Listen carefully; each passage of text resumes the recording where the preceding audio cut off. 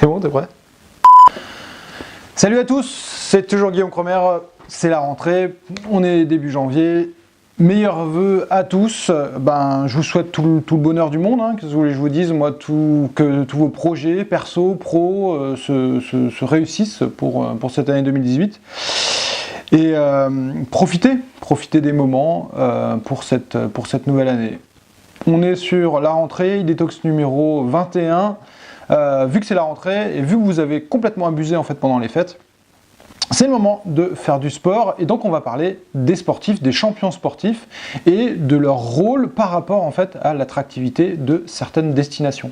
e-détox 21.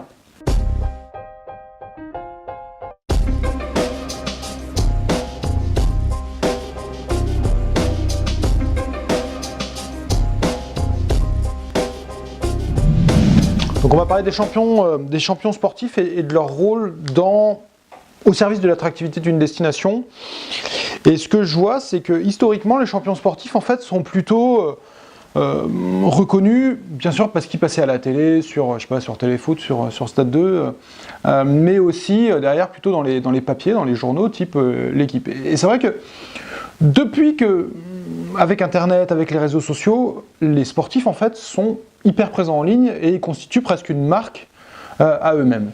Et tous ont un compte Twitter, un compte Instagram, où derrière ils vont balancer des Insta Stories pour raconter leur vie, leur quotidien, leur entraînement, leur compète, etc. Et bien sûr, parfois ça a des soucis aussi, parce que on l'a vu l'an dernier, ou il y a 2 ans, je ne sais plus, avec certains sportifs avec un peu des live tweets ou des Insta Stories un peu douteuses qui ont un peu contrebalancé en fait leur carrière. Mais pour autant, ils ont une vraie notoriété en ligne et ils sont suivis par une grande communauté. Et pourtant, j'ai l'impression en fait que historiquement, les personnalités sportives n'ont pas été hyper connectés en fait au monde du tourisme, à part sur bien sûr des grands événements sportifs comme ici Grenoble, là en plus on va fêter les 50 ans des JO de 68, donc forcément c'est quelque chose d'important, ou bien parfois des collectivités locales qui vont sponsoriser en fait certains champions, surtout par exemple sur la voile, je crois que la Charente-Maritime vont sponsoriser pas mal de champions là-bas. Et même moi, par exemple, quand j'étais plus petit, j'ai fait des stages de foot avec Léonard Specht en Alsace, qui était un footeux assez reconnu, et on a capitalisé un peu sur lui. Mais ça restait quand même un peu dans le monde vraiment du sport, et c'était pas hyper connecté au milieu du tourisme. Et je pense que avec les réseaux sociaux et leur présence web, avec leur grosse communauté en fait qui est derrière, et aujourd'hui il y a vraiment un lien plus fort en fait possible entre ces deux mondes, et peut-être plus particulièrement en fait dans le monde de l'outdoor, parce que justement c'est hyper instagrammable quand on suit des sportifs en milieu naturel, derrière ça nous donne pas mal envie. Donc 2 points importants par rapport à ça. Le premier, c'est ce champion sportif, il a créé sa notoriété, il a sa communauté qui est importante par, des dizaines de milliers de followers en fait sur Instagram, sur Twitter, sur Facebook. Et à partir de là, ça reste quand même derrière en fait le champion, tu as un habitant, tu as un gars qui habite dans un territoire, qui vit son quotidien, qui s'entraîne, etc. et sur lequel tu peux capitaliser en fait sur sa présence en ligne justement, et un office de tourisme devrait justement s'appuyer en fait sur cette notoriété, sur ses posts pour communiquer sur la destination.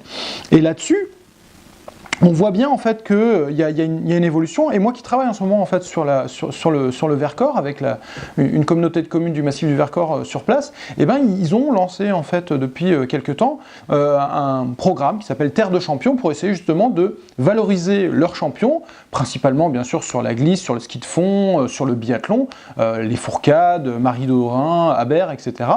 et pouvoir capitaliser justement sur leur notoriété parce qu'ils sont suivis par des dizaines de milliers de personnes sur Instagram. Et c'est assez intéressant.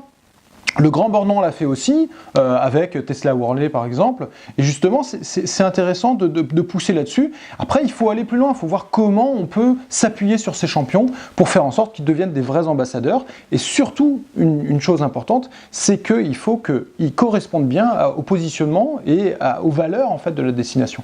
C'est-à-dire que sur le Vercors, si derrière en fait vous avez un gars qui est à fond hors piste, ça va pas forcément fitter derrière en fait avec la destination qui est quand même plutôt sur on va dire la reconnexion à la nature fortement.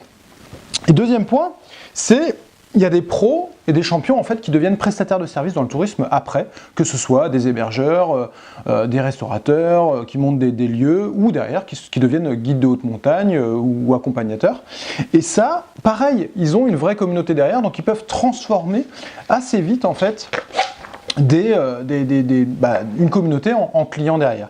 Et s'appuyer sur eux, c'est hyper important. Moi, je prends l'exemple là d'un gars que je suis pas mal, qui est quand même sur une discipline assez confidentielle, on va dire. C'est Matteo Jacquemot, en fait, qui est un gars hyper fort et hyper connu en fait dans le ski alpinisme. Plusieurs titres de champion du monde, il a remporté 2 fois la Pyramide. Et lui, il a décidé en fait d'arrêter sa carrière professionnelle à 26 ans l'an dernier. Et depuis, en fait, il s'est mis en accompagnateur, en guide de haute montagne et sur tous les sports en fait de montagne.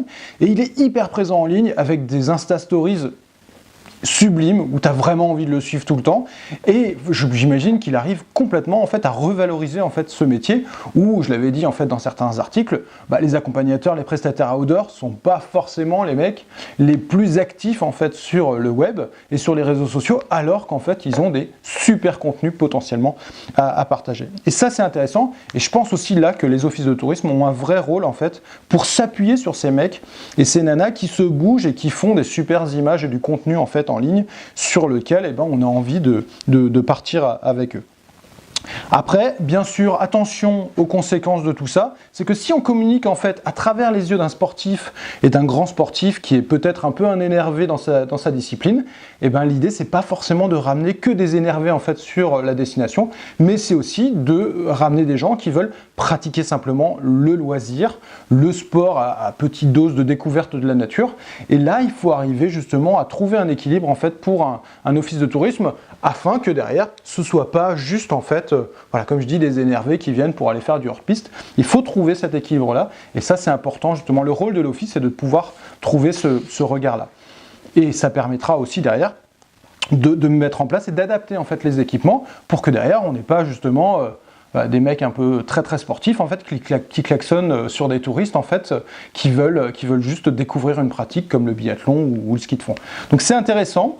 Je trouve que c'est des vraies réflexions qu'on peut porter, et je serais vraiment curieux d'entendre vos remarques, vos exemples peut-être sur des territoires que vous connaissez, sur lesquels on s'est appuyé en fait sur des champions, sur des grands sportifs pour valoriser et pousser l'attractivité en fait d'une destination.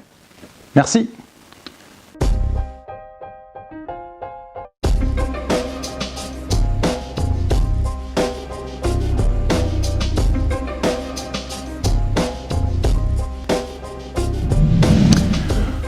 En plus des champions sportifs, il y a aussi d'autres acteurs en fait qui commencent à être intéressants par rapport au tourisme. C'est bien sûr les blogueurs voyage, qui ont aussi une vraie communauté. Et eux aussi peuvent à un moment donné faire évoluer en fait leur passion, leur métier sur de la prestation touristique. C'est le cas de Aurélie du blog Madame Oreille, qui vous emmène maintenant sur des trips photos, dernièrement c'était en Patagonie, et qui donnent vraiment envie. Et c'est hyper intéressant. Et je voulais en profiter en fait par rapport à cette petite anecdote blog, de rendre hommage en fait à Julie Sarperi du blog Carnet de Traverse. Elle vient de nous quitter en fin d'année. Elle laisse derrière elle Renaud, son mari, et la petite Louise. Et voilà, je voulais simplement lui rendre hommage parce que elle aussi, elle avait un vrai don, une vraie ambiance, quelque chose qu'elle partageait énormément, avec une vraie qualité en fait de storytelling. Et voilà, je lui rends hommage parce que moi aussi j'aurais beaucoup aimé qu'elle m'apprenne des choses en fait par rapport à la photo et à l'écriture. À bientôt.